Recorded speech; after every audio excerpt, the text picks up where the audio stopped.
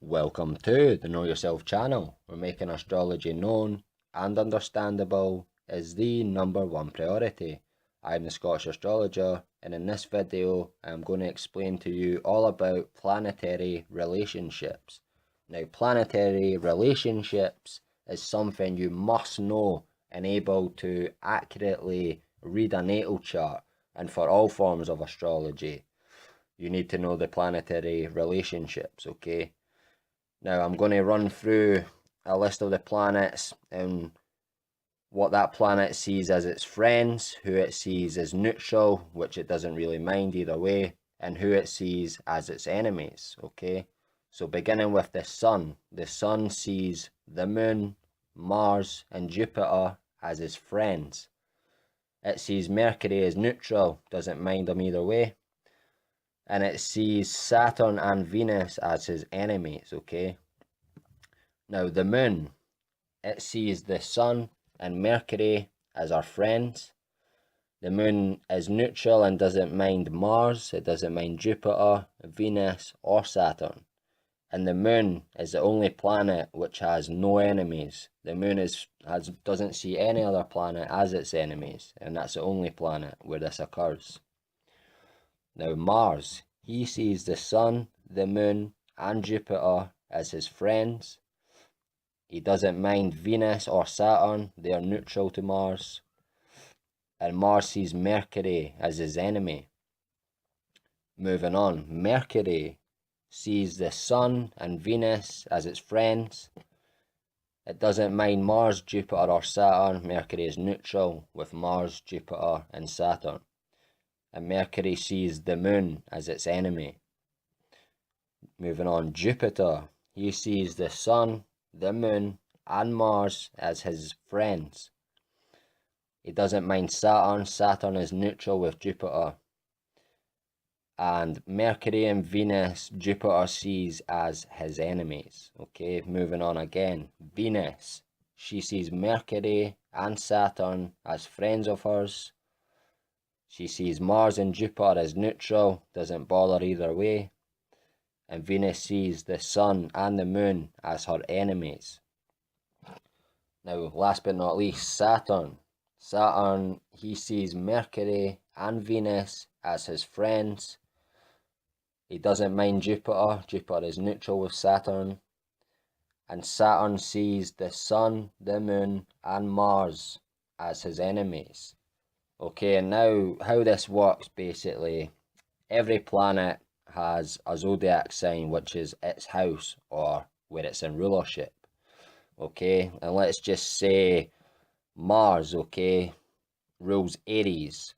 So if his friends are in there, the sun, the moon or Jupiter, Mars is happy about that. He's happy about the sun, moon and Jupiter being in his house. No problems because they're friends. Who doesn't like their friends being in their house? Mars is okay with Venus or Saturn being in his house. He doesn't bother either way because he doesn't see them as enemies or friends. It's just somebody visiting, let's say. So he's not bored. It's not going to offend Mars, okay, with Venus or Saturn being located there.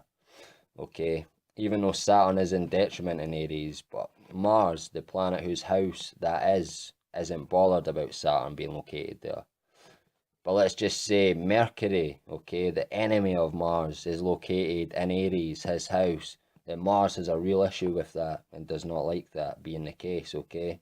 As you would not like your enemy to be in your house, would you? It's the same when it comes to planets. Just look at like you would personally, with your own personal relationships with friends and enemies. You wouldn't like an enemy to be in your house or be in the same room as you, shall we say, but you would like friends to be there, and it wouldn't bother you either way if neither a friend nor an enemy, just let's say a new person you've never met before, you never befriended or you never know them enough to see them as an enemy and dislike them, they're in your house, it's not going to bother you too much.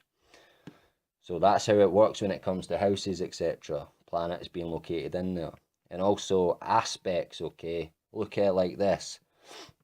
Let's just say the sun is friends with the moon, okay? Which it is. The sun and the moon are friends. So if they are in a positive aspect with each other, like a conjunction, because that would be positive for friends because they're happy to be together.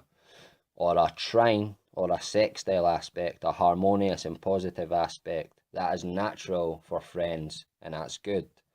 But let's just say the Sun and Saturn or Venus were in a trine or a sextile aspect with each other.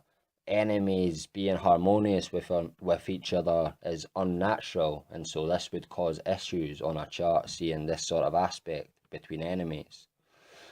Again, if the Sun and the Moon, or Mars or Jupiter, which are friends, are in a negative aspect, like a square or an opposition with each other, then that is unnatural for friends to be negative towards each other, and so will cause problems.